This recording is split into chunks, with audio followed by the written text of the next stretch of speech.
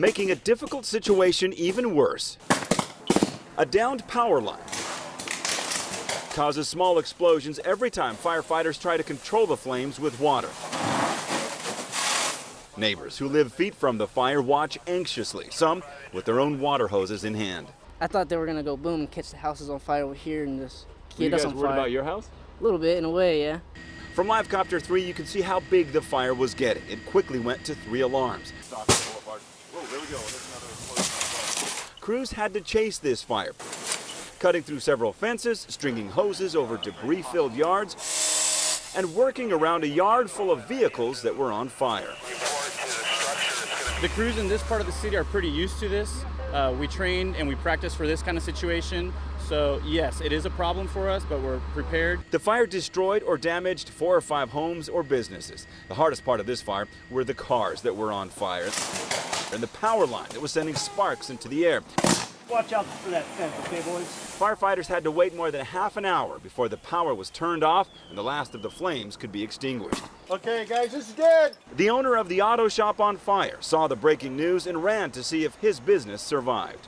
What do you think when you look at it? Yeah, that's just happy and thank God a lot. So your main building is okay? Yes.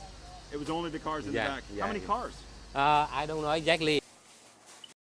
We started smelling like kind of like a funny smell. I started running around the building like crazy. And he said the house is on fire. Where's Latrell? I gotta hurry up and get this person out of here. Latrell McCochran says from the moment he sensed the smoke, It smelled like kind of gassy and like burnished. to when he saw the flames, it was all instinct, propelled by adrenaline. Flames are coming out everywhere, so. Those flames only fueled his sense of urgency. But I ran from up here.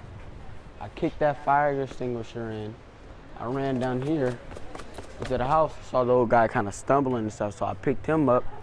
I took him down there where the other guys are at. The disabled 62-year-old man told Latrell his dog was still trapped inside the apartment. So I went back down here where the dog is, and back here in the room where the flames were coming from. I went back there, I opened up the door, the dog came out. Latrell wasn't the only one fighting this 4-alarm fire at this complex. In fact, his entire family pitched in. Broke the window here with another fire extinguisher, and started immediately trying to put the flames out. While little Latravion skated door to door, making sure everyone was out, his older brother Latrell ventured inside a third time. I tied my shirt around my mouth, and I got down on the floor because you couldn't see nothing at the top. And I started looking, and to see if I see any feet. We called him about 5-6 times, nobody answered. It was afterwards when he talked to the man whose life he saved. He just kept saying, thank you, thank you, thank you. How did that feel? It felt good inside. Roughly 33 million vehicles hit the roads every day in California. CHP says so many of them have avoided registering their cars here. The state may be losing as much as $10 million a year in revenues. It's kind of like certain stuff you're supposed to do, but people kind of skirt around doing it. So I could understand why, because I know the registration fees are higher here than other states. The law says you have to register within 20 days of establishing residency here. It's just the law. They should pay the same amount I'm paying. Check out this map. CHP has found 23,000 vehicles from Arizona that failed to register, 24,000 from Nevada, and 26,000 out of Oregon. Those 3 states alone have yielded several millions in registration fees. The program that helps CHP is called Cheaters, or Californians help eliminate all evasive registration scofflaws. Here's how the cheater system works. You know someone who has moved to California but still has an out-of-state license plate and hasn't registered yet with the California DMV. Then you go on the cheater's website and report information like the license plate number and the car, make, and model, allowing you to report them to the CHP anonymously. So far this year, the CHP has recovered more than $1 million thanks to cheaters, on track to beat all previous years. You think it'll catch up to them eventually? You can't evade the law forever? Either that or the karma will. In Sacramento, Claire Dwan, KCRA 3 News. He kept pointing the gun at us, yelling, where's the jewelry, where's the money, where's everything? This is where 3 generations of the Hackett family were told to lay on their stomachs. Thought we were gonna get shot. Just praying we don't get shot.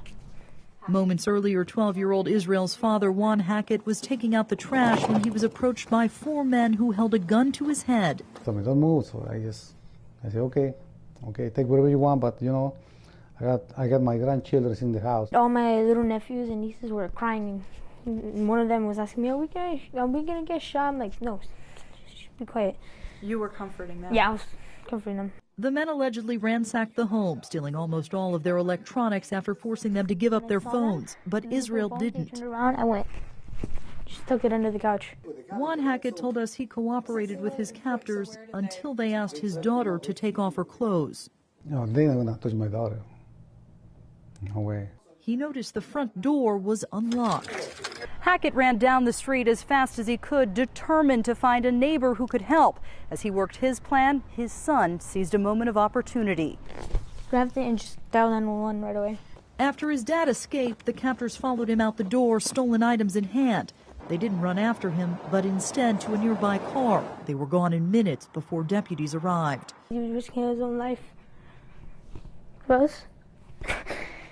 As Juan, a pastor, held hands with his wife of 33 years who was not home during the ordeal, he explained that while their wedding bands were stolen, their faith was not. In Antelope, Mallory Hoff, KCRA 3 News. Edie Gulston, a much appreciated cool down here at the State Fair. Things are wrapping up tonight. You can see folks walking out, but the flags whipping around in the wind this evening. A very different scene from earlier today when people were trying to get creative to beat the heat.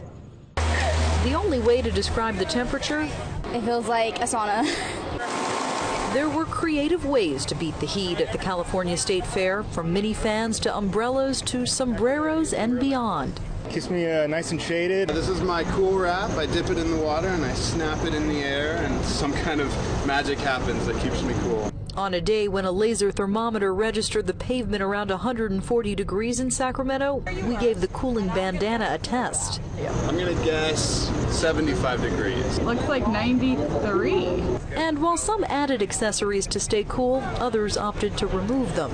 You gotta layer your clothes. If you got something on, or wear no clothes at all. Do offer clothes for sure. It's hot too. As SMUD workers demonstrated how to turn on the power, they said working in the heat can be part of the job. We usually do it in the heat, and about this time right now. Some said if you can't go indoors, find the nearest cooler. I take it feels better in there. Oh, it feels a lot better. Yeah. Take the ice out of the cooler and it won't stay ice for long. Started as ice, ended as water. Pretty quickly. About 15 minutes, yeah. While the ice melted, this guy said he's melting. Muy caliente, hot. The temperature near this grill, 229 degrees. But at Colossal Gelato, there's a solution. Oh my God, it's freezing. If you're lucky, there's someone to help you stay cool. But eat fast or it won't last long.